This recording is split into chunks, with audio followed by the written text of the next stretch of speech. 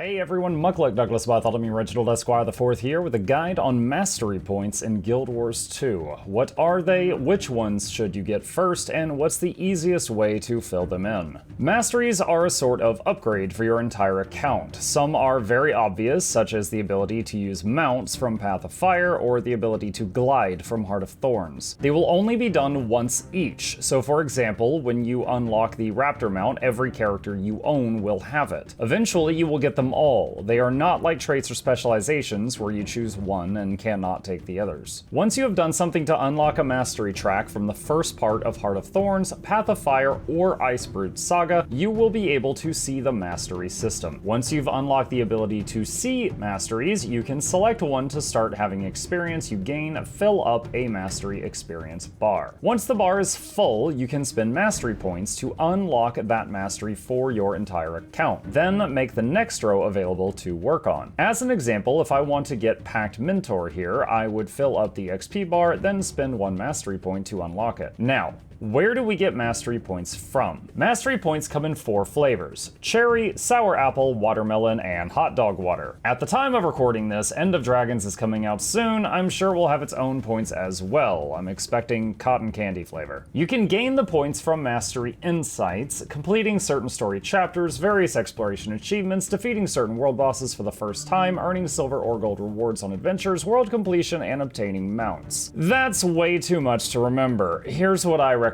Let's say you are working on Central Tyria Masteries. Open up your hero panel, go to Achievements, click the cog, and filter for Core Tyria Mastery points. First, do the insights. These are all as simple as walking up to a marked spot on the map and click on it. If you run out of insights to do, then look through the remaining options with the filter on and click whatever is easiest for you to knock out. There are way more mastery points in the game than what you actually need to obtain all the masteries, so you have room to pick and choose. So now you know how to fill an experience bar, filter for points, and obtain them, and unlock masteries. Which should you go for first? Let's do a quick overview. Central Tyria. Under Pact Command, the final mastery is auto-looting. This means whenever you kill something, as long as you are in range, you just vacuum up the loot. This is life-changing, and the first one I recommend. Legendary Crafting. As its name suggests, this is used in crafting certain legendaries. If you do not care about that at this time, then postpone this one for later. Fractal Attunement. This all involves bonuses inside of Fractals, the 5-man PvE game mode. Very helpful if you do Fractals, useless if you do not. In Heart of Thorns, the most important thing is obviously basic gliding. That'll be the first one that you get. Eitzel lore, Exalted lore,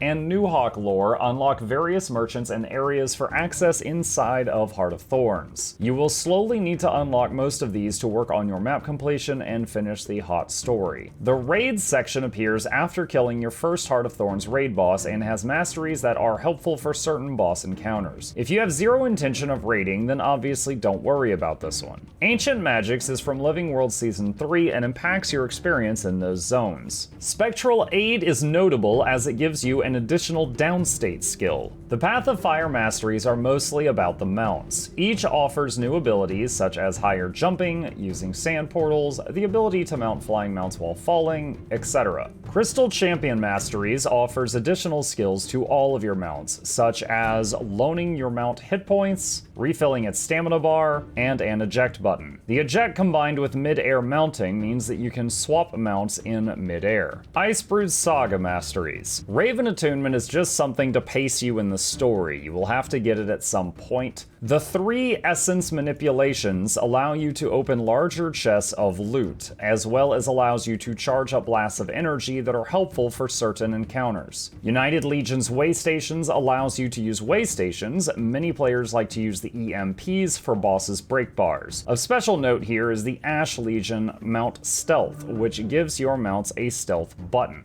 This mastery was from the Drizzlewood Coast portion of the story. Dragon Slayer is the last section currently in the game and is largely tied to the Dragon Response missions and gives various bonuses while doing them. Depending on which expansions you own, I recommend auto-looting first from Central Tyria, gliding from Heart of Thorns, and basic mounts from Path of Fire. Everything else should be in whatever order you feel like. Now, for filling up those XP bars. For all regions, meta events give quite a bit. In Core Tyria, fractals are also an option. For Heart of Thorns, my favorite was Octovine. I do it daily, it's fun, it pays well, gives a large chunk of XP, and is always happening at the same times each day. Path of Fire has Death-branded Shatterer, which happens right after Octovine, as well as many other meta events. In Icebrood Saga, I used Strikes to fill most of my mastery bars. Not all at once, mind you, just a few each time I played, and it added up. It's important to note that Living World episodes and story chapters also give mastery XP and points. Be sure to do them all at least once.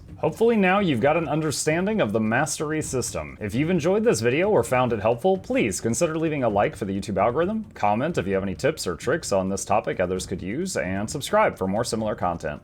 Happy mastering!